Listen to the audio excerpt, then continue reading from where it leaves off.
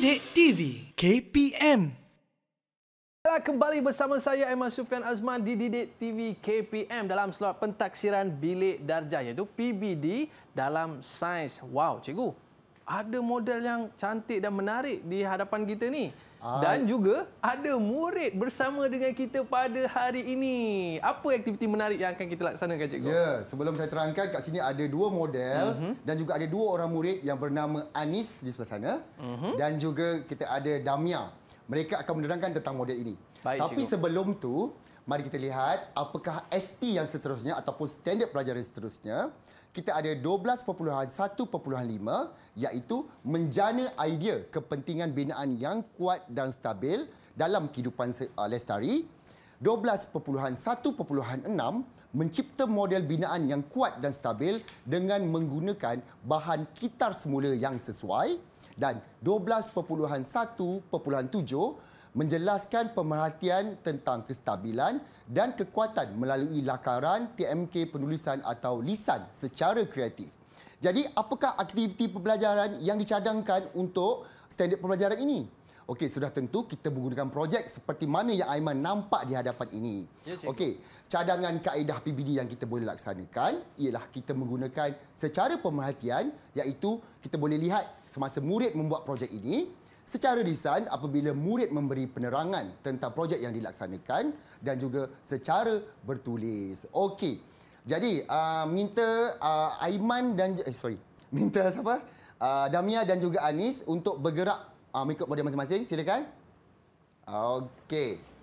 Ini dihasilkan oleh murid sendiri, cikgu? Ya. Wow. Jadi ini projek dihasilkan oleh mereka. Kita nak dengar apakah penjelasan mereka tentang projek yang dilaksanakan. Siapa yang nak mula dahulu? Okey, dua-duanya nampak bersemangat. Jadi kita minta Damia dahulu untuk terangkan projeknya. Assalamualaikum dan salam sejahtera. Kawan-kawan tahu tak di Malaysia banyak bangunan yang menarik, stabil dan kuat. Sebagai contoh, KLCC, Masjid di Putrajaya dan Menara Kuala Lumpur. Saya memilih KLCC untuk menjadi model saya. Model ini stabil kerana tapak ia lebar dan ia kuat kerana gulungan kertas yang tebal. Saya juga menggunakan cat dan spray untuk ia lebih tahan lama. Dan model ini juga menggunakan kos yang rendah kerana saya menggunakan bahan yang terbuang. Contohnya cardboard. Sekian, terima kasih. Ada apa-apa soalan? Mestilah ada soalan. Tetapi kita tak nak, kita simpan dahulu. Kita dengar dahulu apakah penerangan daripada Anis pula. Baik. Assalamualaikum dan salam sejahtera. Hari ini saya akan membentangkan model saya, Jabatan Pulau Pinang. Kawan-kawan tahu tak, ada banyak jabatan yang kuat dan stabil di Malaysia ini. Contohnya, Jabatan Putrajaya, Jabatan Kuala Terengganu, Jabatan link kedua ke Singapura pun ada. Tetapi, saya memilih untuk membina Jabatan Pulau Pinang. Baik. Jabatan ini rendah kerana untuk dia stabil dan ia juga ada 4 tiang yang diperbuat daripada straw yang banyak untuk kekuatan. Ia juga tahan lama kerana ia dicat dan dia diperbuat daripada straw plastik dan bukan straw kertas. Kerana plastik lebih kuat daripada straw kertas. Sekian, terima kasih. Ada apa-apa soalan? Saya nak tanyalah, cikgu. Okey, Abang Aiman. Nak tanya apa, Abang Aiman? Sebab tadi mereka ada sebut tentang kestabilan dan kekuatan. Apa maksudnya sebenar? Boleh kita tanya mereka, cikgu? Kita tanya kestabilan pada seorang murid dan kekuatan pada seorang murid. Baik. Okey, kekuatan kita nak tanya dengan Damia.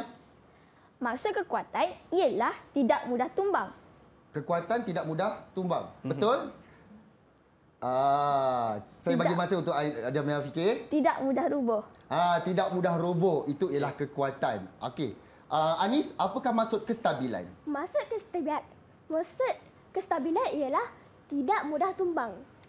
Itu tepat. Bagus murid kita. Jawapan yang tepat. Ya, betul. Tapi cikgu, saya tengok mereka punya binaan ni memang dah cantik lah, cikgu. Okey. Mungkin kita nak tanya mereka, apa lagi penambahbaikan daripada model yang mereka bina ni, cikgu? Boleh? Okey, jadi siapa nak terangkan apa penambahbaikan yang awak ingin lakukan? Okey, Damia. saya akan lebarkan lagi tapak dan saya akan tebalkan lagi gulungan kertas. Untuk kestabilannya ya, Daima? Ya. Okey, bagaimana pula dengan Anis? Apa penambahbaikan yang ingin dilakukan? Saya rasa mula saya akan tukarkan straw plastik ini kepada straw besi untuk menjadikan jambatan ini jadi tahan lama. Dan saya akan tambah bilangan straw di bawah jambatan untuk jadikan jambatan ini lebih kukuh. Okey. Saya nak tanya juga soalan, apakah faktor kestabilan dan kekuatan? Apakah faktor kestabilan, Anis? Ketinggian dan luas tapak. Okey, tepat. Okey, Damia, untuk faktor kekuatan? Faktor kekuatan ialah jenis bahan dan bentuk binaan.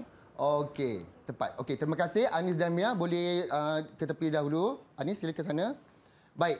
Jadi, daripada apa yang telah dilakukan oleh murid, sebenarnya kita dah dapat mentaksir apa yang murid dapat capai untuk pelajaran SK tersebut. Okey, Aiman. Saya teruskan lagi. Secara umumnya terdapat 6. Okey, ini tahap penguasaan secara umum, iaitu yang pertama tahu, yang kedua tahu dan faham dan seterusnya. Tetapi pada hari ini kita ingin fokus kepada SK yang telah murid kita bentangkan tadi, iaitu tahap penguasaan mengikut standard kandungan 12.1. Okey, dalam tahap penguasaan ini ada 6 tahap, iaitu tahap 1 hingga tahap 6. Tahap 1 memberi contoh struktur binaan yang kuat dan stabil. Yang kedua menyatakan maksud kestabilan dan kekuatan. Yang ketiga memeriahkan faktor yang mempengaruhi kestabilan dan kekuatan. Yang keempat merumuskan kepentingan binaan yang kuat dan stabil bagi kehidupan lestari. Yang kelima mencipta model seperti yang kita lihat sekarang. Dan yang keenam, berkomunikasi secara inovatif tentang kekuatan dan kestabilan model dalam membina dan memberi cadangan untuk penambahbaikan. Jadi sebenarnya murid-murid kita dah melakukan kesemua aktiviti-aktiviti ini yang melibatkan kesemua tahap penguasaan. Jadi pada pendapat Aiman, berapakah tipe yang sesuai? Nanti kita tentukan. Nanti kita tentukan, cikgu. Okey. Seterusnya, apa yang guru perlu lakukan ialah perekodan dan juga pelaporan. Bagaimana kita ingin merekod? Okey. Merekod adalah proses merekod pencapaian murid berdasarkan tahap penguasaan yang ini ialah mengikut pilihan guru. Guru boleh gunakan apa sahaja cara untuk merekod, sama ada dia nak catat di buku tulisnya ke ataupun di buku laporan khas ke, ini terpulang kepada guru. Jika saya memilih untuk merekod, ini adalah contoh saya merekod cara saya lah. Okey, tetapi guru-guru boleh terpulang bagaimana cara mereka ingin merekod. Setelah kita rekod, kita perlu melaporkan. Melapor pula, kita akan ikut tema-tema yang sesuai. Ialah proses bagi menyampaikan maklumat pembelajaran dan pencapaian murid dari semasa ke semasa mengenai kemajuan dan perkembangan mereka dari segi pengetahuan, kemahiran seperti yang dicatatkan dalam kurikulum kita, Aiman. Okey. Tapi satu perkara yang guru-guru perlu tahu dan ibu bapa perlu tahu, sebenarnya pentaksiran ini bukanlah sekali sahaja, tetapi ia secara berterusan. Perlu dilakukan secara berterusan di sepanjang proses pembelajaran semasa kita menjalankan sesuatu SK, dan kita perlu mengubah suai kaedah pengajaran kita mengikut keperluan semasa. Okey, jadi berdasarkan apa yang murid kita bentangkan tadi dan setelah saya terangkan tadi, sebenarnya ini adalah sekadar satu contoh ya, guru-guru semua. Murid ini layak untuk mendapat TP6 memandangkan mereka dapat memberikan pengetahuan berdasarkan TP yang telah ditetapkan di dalam SK yang kita berikan tadi, iaitu standard prestasi mereka.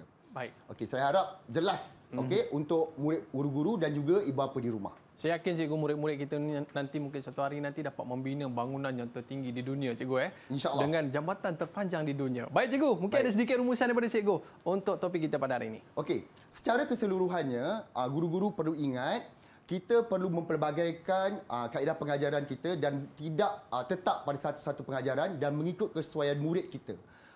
Dan pentaksiran bukan hanya dilakukan sekali sahaja, dan mungkin pentaksiran perlu dilakukan secara berterusan setelah kita lakukan apa-apa intervensi sekiranya terdapat kelemahan di mana-mana sepanjang proses pentaksiran tersebut dilakukan.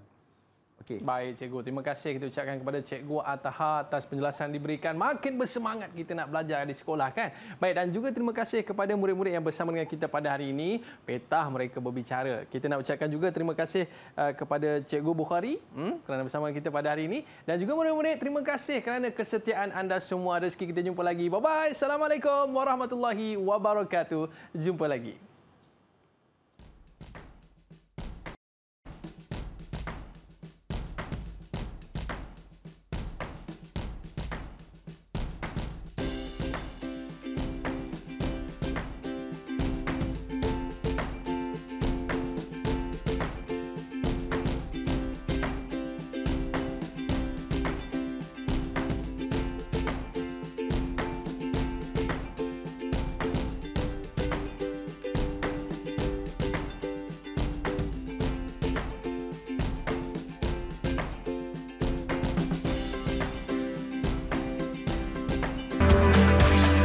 Didik TV KPM